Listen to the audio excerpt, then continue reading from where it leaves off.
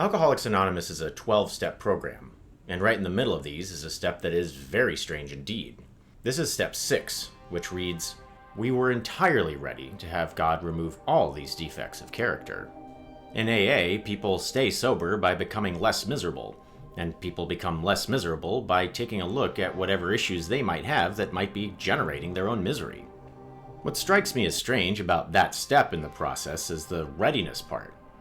To have readiness be a step implies that before that step we were somehow not ready to have these defects of character removed, that we were neutral about them or even in favor of them somehow. This seems like a contradictory possibility.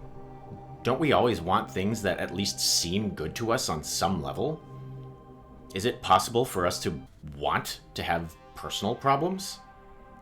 Is some of our suffering there because we do not want it to go away?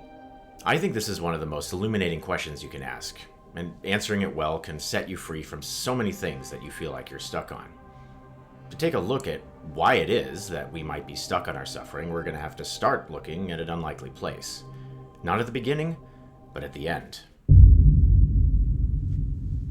I apologize if this is the first you're hearing about this, but you are going to die someday. Human beings are finite beings, and this does include you too. We are limited in our existence, not just in time, but in everything. We are limited in our knowledge, we're limited in our power, we're limited in our virtue. As limited beings, we have to live with failure. I'm not talking about I only got a 99% on the test failure. I'm talking about heartbreak, cruelty, injustice, sickness, and death. That kind of failure. We can improve our lives, but we can never make them perfect. We can extend our lives, but we can never make them endless. To be a human being is to be stuck with pain and to be stuck with death. To be clear, there are many other facets to the human experience, and at the end of the day, it is good to be alive. That said, there is an infinite gulf between goodness and perfection. The problems caused by our inescapable imperfection are multiplied whenever we pretend that our imperfection is optional, or worse, when we pretend that our imperfection does not exist. The 12 steps of AA use the word God a lot, but at the end of the day, it doesn't matter what that word means. It doesn't even matter whether or not God exists. What does matter is that you acknowledge that whatever there is about God, you're not it. Few people would claim to literally be God, but many people go through life living in an unacknowledged fantasy of divine perfection. How can you maintain a fantasy of divine perfection in the face of obvious imperfection?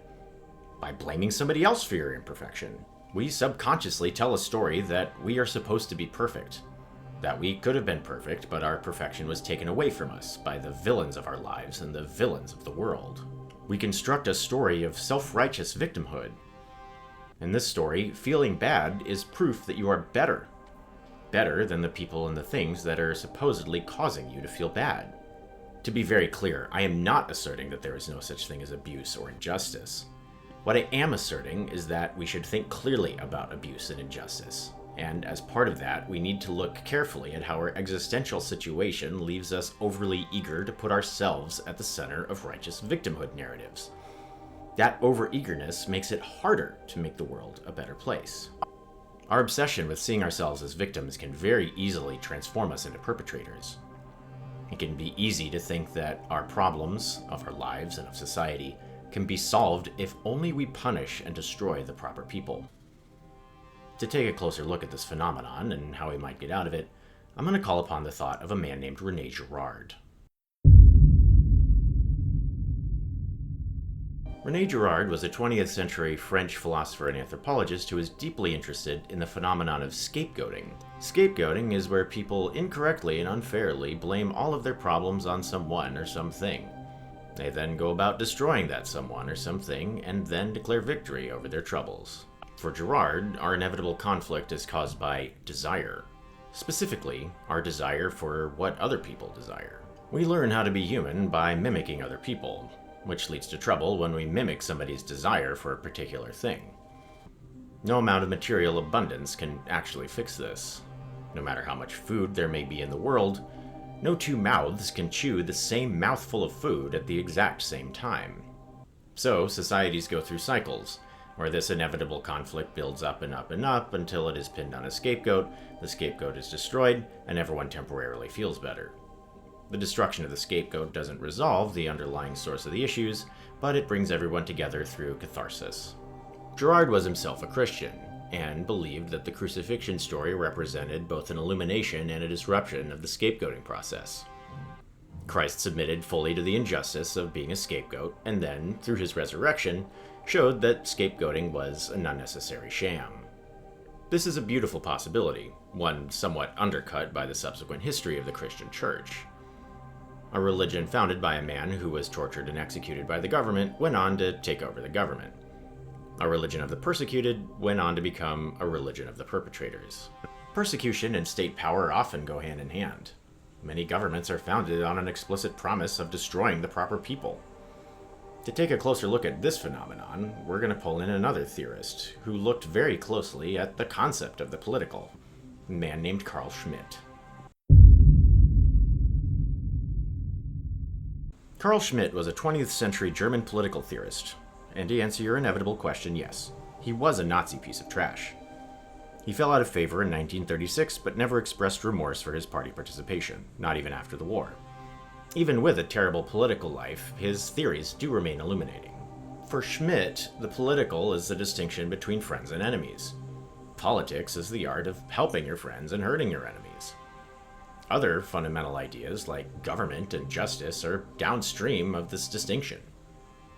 The worst atrocities of the 20th century were committed by regimes who very clearly defined themselves by the enemies they opposed, from the racial enemies of the Nazis to the economic enemies of the Soviets. Even regimes that are founded on a vision of universal human dignity still find some people beyond that universal dignity to destroy. Democracies are not an exception to this. The various groups of societies team up into groups of friends and enemies, blame each other for as many of society's problems as possible, and then try to legislate each other out of existence. The advent of information technology has only exacerbated these issues. Social media and its algorithms are designed to keep you as plugged into social media as possible. And one thing that keeps people coming back are posts showing off how disgusting and disturbing their enemies are. So, the scapegoating mechanism and the friend-enemy distinction are deep and dark parts of what it means to be a human being among human beings. But what does this have to do with readiness to become a better person? Finitude is an inevitable and impersonal aspect of the human condition.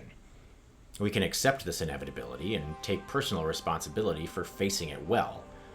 But taking personal responsibility means taking responsibility away from our enemies. This can feel like letting them win. This can feel like a loss of a moral identity and a sense of group belonging.